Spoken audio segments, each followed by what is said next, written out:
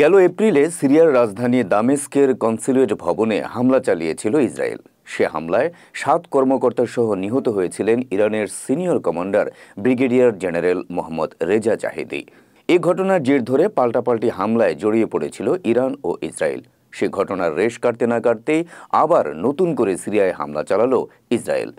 ৩ June সোমবার সিরিয়ায় ইরানি ঘাঁটি লক্ষ্য করে এ বিমান হামলা চালানো হয়। এই হামলায় নিহত হয়েছেন ইসলামিক রেভলিউশনারি গার্ড কোরের এক সামরিক উপদেষ্টা সহ অন্তত ১৬ জন। আইআরজিসির বরাত দিয়ে ইরানি সংবাদ সংস্থা তাসনিম নিউজ এজেন্সি জানিয়েছে এ তথ্য। এক বিবৃতিতে Syrian observatory for human rights জানায়, পশ্চিম আলেপ্পা প্রদেশের হাইওয়ানে এক কারখানায় ইসরায়েলি হামলায় সিরিয়ান এবং বিদেশি যোদ্ধাসহ ইরানপন্থী গোষ্ঠীর ১৬ সদস্য নিহত হয়েছে। এদিকে এ হামলার পর আবারও ইরান ইসরায়েল সম্পর্কে ফাটল ধরতে পারে এমন আশঙ্কা করছেন বিশেষজ্ঞরা।